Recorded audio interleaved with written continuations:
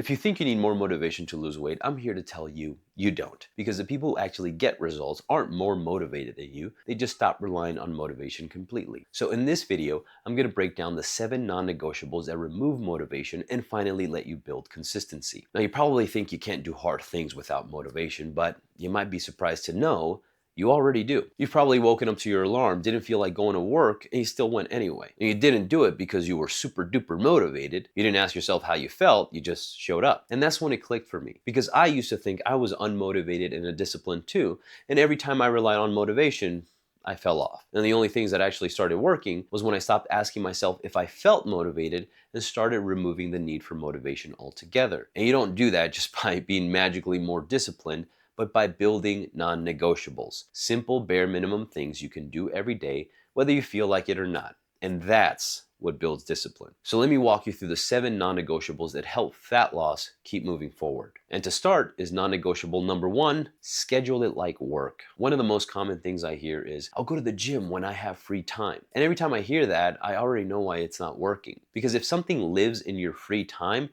it's optional, and optional things are the first things to get skipped. I had a client tell me that once, and I told her straight up, if you wait for free time, then there will always be something better to do. Doom scroll, Netflix, nothing. I mean, think about your job, right? Like, you don't go to work when you feel like it. Hey Joe, just come on down when you feel motivated. You show up because it's scheduled, and if you don't, they're gonna fire your ass. It has a place in your day with consequences if you don't show up. And fat loss works the same way. So this is the rule. Your bare minimum fat loss actions don't live in free time. They have to live in your schedule, which brings us to non-negotiable number 2, set bare minimums. Because consistency isn't built on your best day, it's built on the days where you're tired, busy, stressed, or just straight up over it. Now, most people only know how to operate in 2 modes, all in or completely off. And that's why they keep restarting. A bare minimum is the smallest version of the habit that still counts. It's not your perfect day. It's just a line that you don't cross. For example, training doesn't mean crushing a session all the time. It might just mean just showing up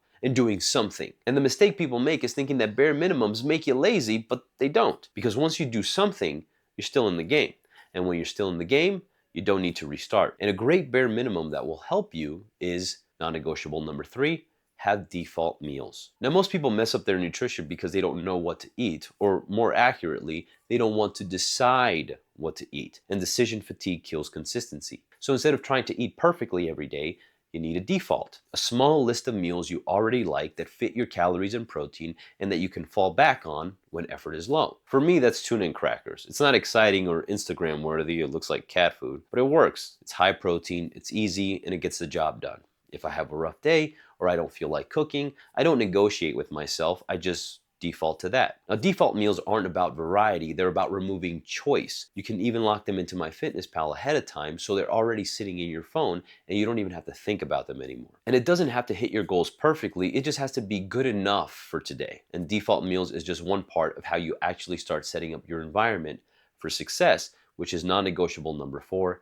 Set up your environment for success. Now, this one sounds simple, but it's actually bigger than most people realize because a lot of people are failing fat loss because their environment is built to work against them. Now, that could be things like personal relationships or your job, but to make it easy, let's start with the most obvious place, where you live. If foods that wreck your progress are visible and easy to grab, then you're eventually going to eat them. And if the better option takes more prep, more thinking, or more effort, then you're not choosing it when you're tired, and that's just the reality. Discipline is about setting up your environment so the right choice is always the easiest one to make. But if you have to fight your environment every single day, eventually you're going to lose. That's why alcoholics don't hang around in bars all day. So instead of asking, why can't I control myself, ask a better question, what can I control in my environment so this stops being a fight? And once your environment starts improving, start keeping track of your progress. And that's non-negotiable number 5. Track something, for the love of God, anything. Here's a coaching frustration I see all the time.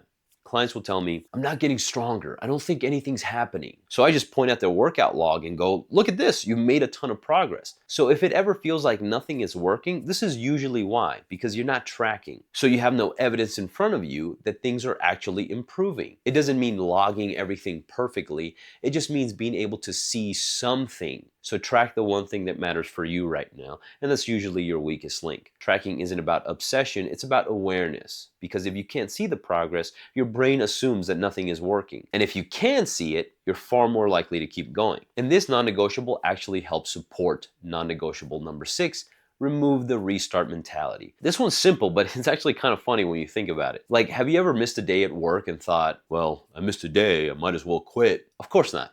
You miss a day, you go back the next day. But with fat loss, you eat off plan and suddenly it's I'll start over next week, and that logic just makes no sense. So new rule, there is no restarting. You don't get back on track, you just keep going. Bad days are going to be part of the plan, so there's no reason to abandon it. Because every time you restart, you throw away the momentum you already earned. And the people who actually succeed, they don't have fewer bad days. They just don't let one bad day turn into 7, which leads perfectly into the last and final non-negotiable: build a plan for bad days. This is one I hear all the time. I do great until life gets busy. Okay, then build your plan for when life is a mess. There's this ridiculous idea that plans should only work when everything is calm, but nobody lives like that. So get this in your head.